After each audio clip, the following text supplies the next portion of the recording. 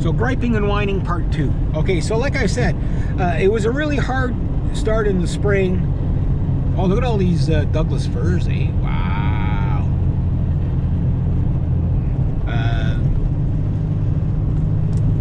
Anyway, oh, got something squished on the road here. Raccoon? Beaver? Piece of tire. Oh, I thought it was a... Holy smokes. There's the other chunk. The other chunk. The other chunk. The other chunk. That guy went for an interesting ride. One tire blows out on one side on a truck that, you know, that you know, probably tick you off. 2 blow out, probably get a little bit nervy. Losing the front tire, that would be, I think, terrifying. That front tire kind of digging in, the rim digging in. Yeah, that'd probably bust your truck for sure. But anyway, so I'm like, okay, this year, like I did okay, but I'm in the Hail Mary part of it right now where will I make enough money to get through the winter? Right, if I don't work another day right now, I can make it till about mid-March, right, on my savings, right? Because like I work half the year and I'm pretty much sitting there twiddling my thumbs the rest of the half of the year, and because I'm self-employed, I can't get things like welfare and unemployment insurance and stuff like that. Makes sense, you know, like you know, it'd be kind of a conflict of interest, right? Yeah, so like guys like me, like we're on the work till you die program. You know what I mean? Like that's yeah, you go till you die, right? And that's fine if you can find a job that's not that hard on you. You know what I mean? This year, like especially a couple of months ago, like now mind you, I've been doing stretches and stuff like that, and that's been helping my back a lot. But like I'm 50, you know what I mean? Like I'm just getting old, you know. I'm just getting old, you know. So things are wearing out, especially that kind of labor. You know what I mean? Like I'm pulling tarps out of the ground that have been grown into the ground, like that kind of stuff with a pickaxe, without ripping the tarp. You have any idea how much fucking physical labor that is? It is like complete exertion on your heart. Like it is just, I can't. You have to experience it, right? It's just it's nasty. Off. Okay, gets a little toasty in here. So that's kind of where I'm at financially, right? So I'm almost okay, but if I take one big hit, and everything's a big hit, like you know, when something breaks, it's not $50, it's $5,000, it's $500, $1,500. Like everything is so expensive now, right?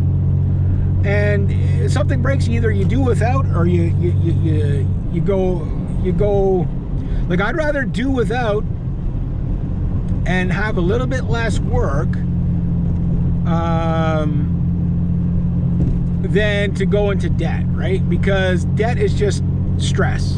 It's just stress you don't want. And it's not like I'm in major debt in comparison to somebody who bought a home or whatever, a brand new vehicle. It's not the same. But it's like I totally understand why my grandmother would complain about $2. Like I get that, you know what I mean? Because she grew up in the Great Depression, right? God rest her soul. All my grandmothers, right? They all grew up in the Great Depression. So $2, 50 cents was a lot of money, you know? Like they didn't spend the money unless they necessarily had to, you know what I mean? Because they were very, you know, like it was a very tight household. They were poor, you know what I mean? You got people now in this day and age had no idea how poor people were, you know what I mean? And you know, and the thing is like I know what it's like to do without for months and months and months. I know what it's like to not have my vehicles work right. You know what I mean? I know it's like my vehicles always being time bombs. I know that's, you know, like I don't stress about it, but it is frustrating because it's like you're treading water with bricks on your feet. You know what I mean? Like it really is.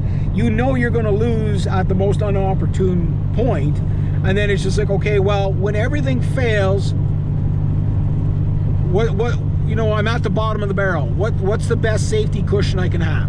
Well, for me, the best safety cushion I can have is to have my rent covered, my you know, my expenses covered, which usually takes me about 6-8 months just to get money coming back in again. And that's why I always am buying vehicles in October, because it's right about the time when I have the most money. And then October, before you know it, you're into Christmas shopping, right? there goes all your, the credit card has helped me out with that because I don't lose money the same way now. Now it's like credit card, okay, I can go buy my Christmas gifts, not stress about them, and I don't go crazy and buy thousands of dollars of Christmas gifts. I try to get something cool for my nephew and a little bit for everybody else. Everybody else is adults, so it don't matter, right? Get him a gift card, whatever. Like when it is what it is, right? We're more of a family that cares about the turkey dinner than the get together than we do the gifts, right? But for a kid, you want to give him as many little cheap gifts. But now my nephew's 10, so like getting him cheap little dollar store gifts, like that reign of happiness for me is gone. So I can't go and fill a cart for like 20 bucks full of junk, and for him it's more about opening the presents than what it is like most kids, right? Than what it is the gifts. But when they get about 10, they start to want good stuff, you know what I mean? So but anyway, long story short, by the time you get to Christmas, you're wiped out, right? Financially. So that's where, like a lot of people think, that I can't manage myself very well or whatever. Like if you compare me to most people, like the amount I can do with so little is quite impressive.